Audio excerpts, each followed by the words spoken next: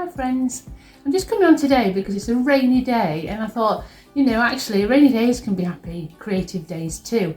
It's a time when you have to stay indoors and you can busy yourself or take it really easy and really steady. It's a time to think, okay, I can't go out anywhere, but I can read that book, or I can start a new craft, or I can pick up my existing project. So today I'm using this horrible rainy day outside to use some apples that we've been picking from the orchard, and I'm going to show you how I'll process the apples and what I've done in between with my time, and spend today just pottering about and also enjoying the day and painting pictures, etc. as well. So I've had quite a creative day and I really enjoyed it, and I've not even missed the fact that I've not been out anywhere. So sometimes it's nice just to stop, isn't it, and just take a bit of time for yourself, and it recharges your batteries and you have a bit of fun, because we do spend a lot of time often dashing about, don't we, getting things done and making sure that we're here, there and everywhere. So hope you enjoy this video, and I'll show at the end what we've done. And thank you for watching. If you're new here, hi, welcome. I'm Victoria and I make things, create things and bake things and recycle things. So I hope you'll subscribe and hope to see you again soon. If you've got any suggestions, or if you do any crafts or making things or recycling, please add your details in the comments. If you've got any suggestions of what you'd like to see, please, I'd love to know where you're living, where you're from, who you are, what you like to do, etc. So thank you so much for watching, and hope you can press the like button, and even better, subscribe, and hopefully then we'll see you again soon. So hope you enjoy the video. Hi guys, I'm at the apple orchard today picking apples, and there is an incredible amount of ripe apples, absolutely beautiful, huge big apples already. It's late August, so you need to keep an eye on late August to September.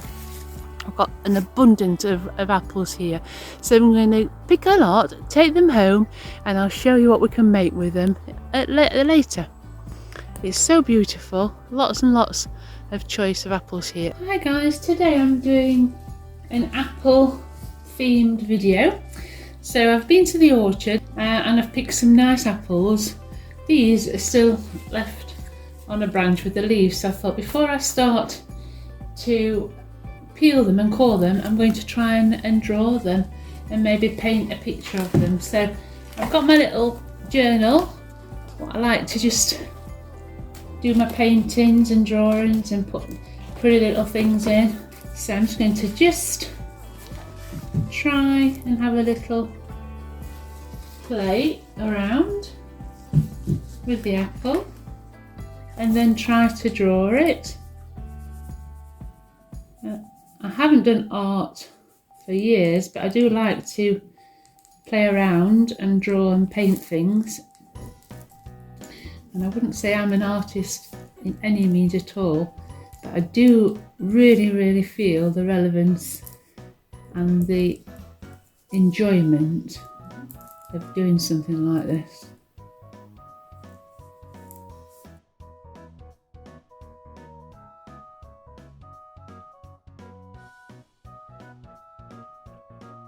And it's very relaxing, and today is one of those days that's rainy.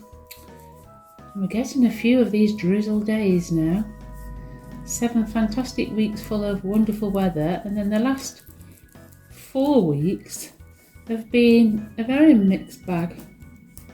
We've had a few moments of beautiful sunshine interspersed with drizzle, generally speaking most days.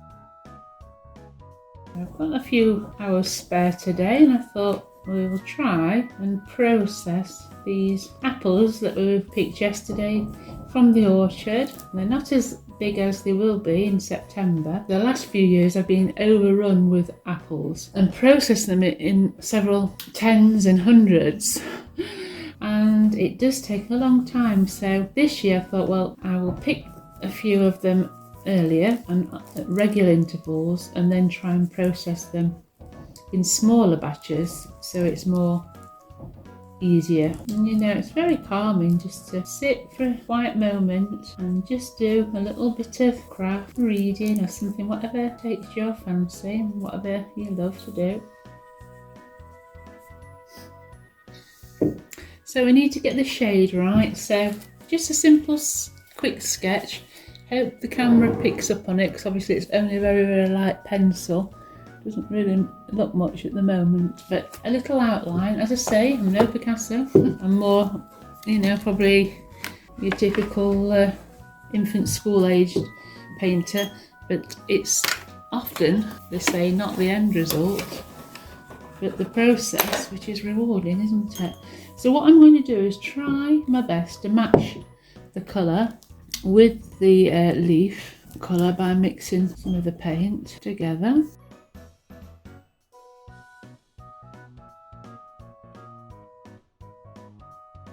So how are you spending your days? Are you getting better weather than we are in England at the moment, wherever you are? How do you spend your time and relax? You've got a little hobby that you do that makes you feel calm, helps you and aids your well-being. Leave your comments in the comment box if there's anything that you can recommend people to a new or existing hobby that you have. It's always lovely to share, isn't it? Any ideas of what people can do and may do with their spare time, what hobbies you've got, and where do you do it? Where have you got a lovely craft room or a hobby room, and you can indulge in the peace of that tranquil space by yourself just for a short time? Sometimes that's just the thing, isn't it, when you just get away a little bit, and then you can just recharge your batteries. Right, so what I'm going to do is actually start with the apples first, and with these being watercolour paints, I want to get as much on and let it layer it up, of course.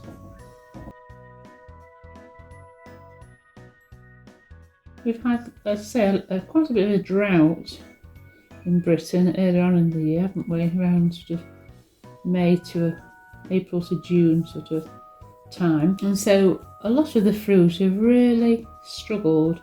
Your blackberries and the raspberries, where I was, didn't actually come out at all. They just all went brown and horrible. So we really, really missed out on the raspberries this year, which is such a shame, because I usually like to make raspberry vinegars and raspberry jam, of course. Really disappointing.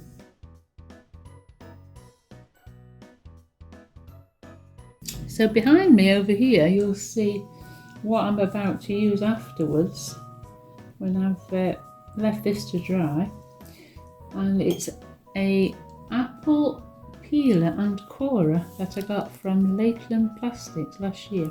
I had so many apples to process last year. I invested in this machine, and it's a game changer. It's fantastic. I so recommend it. If you are processing apples in large quantities like we are doing in the summertime, it really, really helps. It's just really good.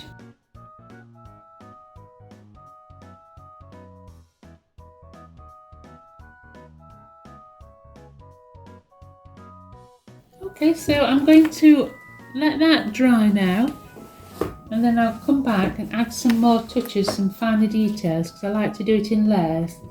Okay, so we'll pop that away and we'll start on coring and peeling the apples, and I will show you. Really, really good. I'll just do a few, because what we want to do is to process the apples, and then we can make something nice with it. This is the machine. Okay, so we have got a handle. On the end we've got like this spear fork, which the apple is put on to, and then we've got a handle that just turns round, and then there's a blade in there as well, which then will peel the apple. So you can see that it'll show you on the side of the box here. So this is the adjustable peeler blade, what you would pierce the apple, and then your crank handle that you would turn. You've got a vacuum base, which doesn't seem to stick onto this pine table, but that's fine. And then what they call a paring arm which peels it, and that will then push it out, core it, and then you can pull it off. So it's really, really good, really, really good.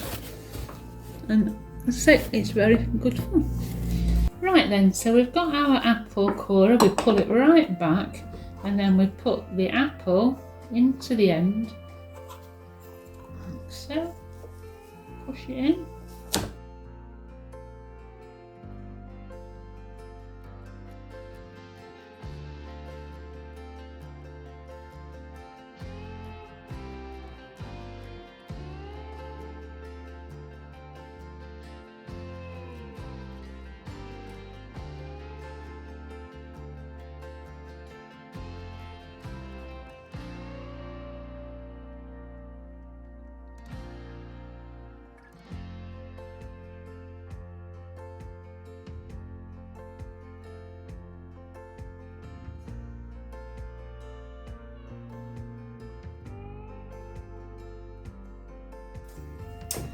Right, so that's those done. I'm going to get some lemon juice on those, so they'll be okay for the next stage. And again, all these peelings, unless you've got chickens, keep them and make cider apple vinegar with them, because that's really, really healthy as well. We haven't got any chickens, but what to do with all these scraps of apple? Well, we don't need to just throw them in the bin. What we can do is make apple cider vinegar with them, and it's really, really simple. You just need to mix together vinegar, apples and cinnamon and sugar. So at first what you need to do is put all your waste apples into a bowl, cause any sort of peelings, any loose bits of apple with the core, core and it's sliced, etc. Put that in the bowl, and then obviously weigh it. I've got quite a lot of apples, and I just put them all in a bowl and then add a certain amount of sugar and vinegar to it. The more apples that you put in, the more flavour that it will impart. But do it in batches. I usually do it about no more than a full bowl at once. So all you need to do, put the apples and vinegar in the bowl. Now I've got some cider vinegar I've got left over from last year, but I'm going to just use that anyway. And then I've got white vinegar as well. I'm just going to basically use half a bottle of white vinegar, and I'm just going to pour it all over. You can put cinnamon in here as well if you want to. You can put bay leaves as well if you want to, peppercorns, anything like that, whatever flavour you want. Now apple cider vinegar is fantastic for your health, and it's very, very nice on salad dressings. So just mix together your vinegar, your apples, and if you want some cinnamon and bay leaves, stir it well and leave it to stand for 12 hours. When actually 12 hours is up, and what I'll have to do is I'll have to do this in the morning, then you'll put it in a pan and you'll add the sugar. Now you need roughly, for this amount, I would say 500 grams of sugar. But what I'm going to do is just leave that to impart all the flavour. Cover it now and leave it for 12 hours. Tomorrow and we'll put this vinegar mixture into a pan and add obviously all the sugar, and you'll heat it up slowly until it dissolves that sugar, and bring it to the boil and cook it round about 10 minutes. Okay, so that'll actually thicken up it into more like a syrup, a bit like a balsamic glaze, and then you strain that and you'll put it into whatever bottle that you've got. So it's simple, and then it comes out this sort of colour, and it'll stay ambient temperature in a sealed bottle for up to about a year. And I make it once a year, every time I collect the apples from the orchard. So that's another product you can make with the apples. And get a bit of more finer detail. I do with a very thin brush. In fact, that's a bit better, this one I've got here, really thin brush, a tiny little bit. So you're feathering extra paint colour into the leaf.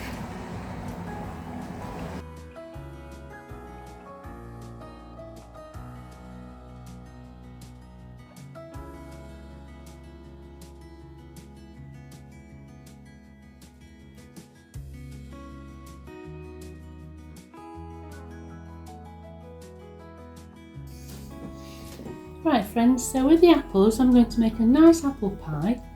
So I have my flan dish here and I have the prepared apples, and what I'm going to do after putting lemon juice on them is cover it with sugar and cinnamon. So when I get my apples, I generally put sugar on them and cinnamon and then leave them in the bowl. Plenty of cinnamon in. You can put ginger as well, which is equally beautiful. Put a lot of cinnamon in because we do love cinnamon here. And you can also put, if you wish, raisins in for sweetness. Mix that round, get it all coated so that when you come to put them in the pastry, there should be plenty of flavour there. You can bake this either with an open pie or top it with a crumble. I also make a Dorset apple cake, putting this in a sponge mixture as well. It's not like a sponge cake, it's very, very moist because of all the wetness from the apple.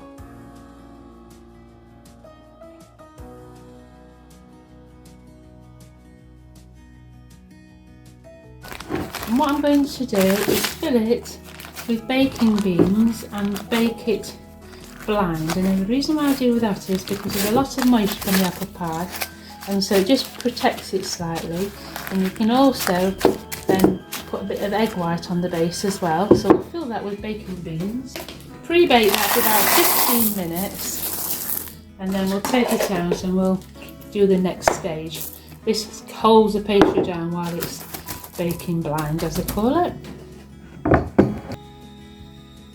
What I'm doing now is I've got this, which I normally make shortbread, Scandinavian rolling pins, which imprints all these beautiful patterns on pastry. And I thought actually what I could do is incorporate that on top of the pie as well. So I've just literally rolled out some of the pastry and it's imprinted some of the shapes on it. So I'll just choose the shape I want because then we can cut it out. And look how lovely it looks. I just hope you can see it on the actual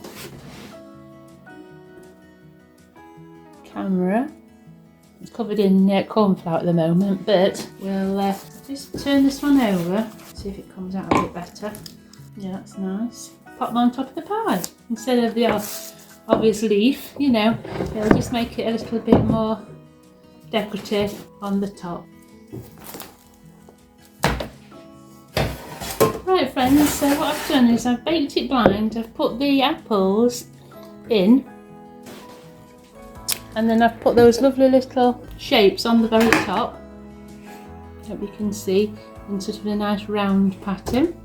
And then I'm just going to sprinkle a little bit of cinnamon on the top, put that in the oven at 180 for about 20 minutes, keep my eye on it. I've also done a Dorset apple cake and I'll show you that shortly in a moment. I've actually made a Dorset apple cake as well. So with a tin liner, cake liner, I've popped that into a 10-inch cake tin. 4 eggs, 275 grams of butter, 275 grams of sugar, 275 grams of flour. Mixed together, I would say about a teaspoon and a half of cinnamon or whatever you wish. So it's just eggs, flour, sugar, butter mixed up, and then you want some of your apples in as well. So generally speaking, into that sort of mixture I would put the equivalent of 3 chopped apples up. So I'm going to just put the cake mixture into the pan and then we'll add the apples last, because the apples obviously are very heavy and they'll sink mainly to the bottom. You can actually cover them in flour if you so wish, so it protects it from sinking all to the bottom, but to be honest it doesn't really matter. Give it a little shake, and then what you can do if you want to be really nice and neat is using obviously your apple slices, pop them all the way around the cake in the same direction. I put a lot of apples in because I really like it. It does come out what you would think as like a wetter consistency than an actual normal sponge cake. But that's what it should do because you've got all the moisture from the apple. When I first gave somebody some years ago, they said, oh, it's a bit wet. I says, have you tasted the proper Dorset apple cake with lots of apples in before? No. I says, well, it's, as I say, it's not like just like a cake. So just put as many as you are happy in doing. As I say, I've made a big round pattern on there and I'm going to put it in the oven at 180 degrees and bake it for about an hour. with the apple pie, and I'll show you later when they come out. So while the apple pie and the Dorset apple cake are in the oven and the apple cider vinegar is marinating, I will bottle that up just to show you the little painting that I did. Obviously, as I say, just a bit of fun, but really enjoyable to sit down and basically paint the branch of the apples, just for something to do and really relaxing. And hope you've really enjoyed this video, and hope it gives you ideas to do something similar with your spare time, and take time out on a rainy day to do something nice and get inspired to do crafts, etc., or making, or just sitting down and taking time out for yourself. So I'll show you in a little while when the cake and pie is out of the oven what they look like. Right guys, so this is everything today. A little rainy day. Apples, a little watercolour painting, Dorset apple cake, and a little apple pie.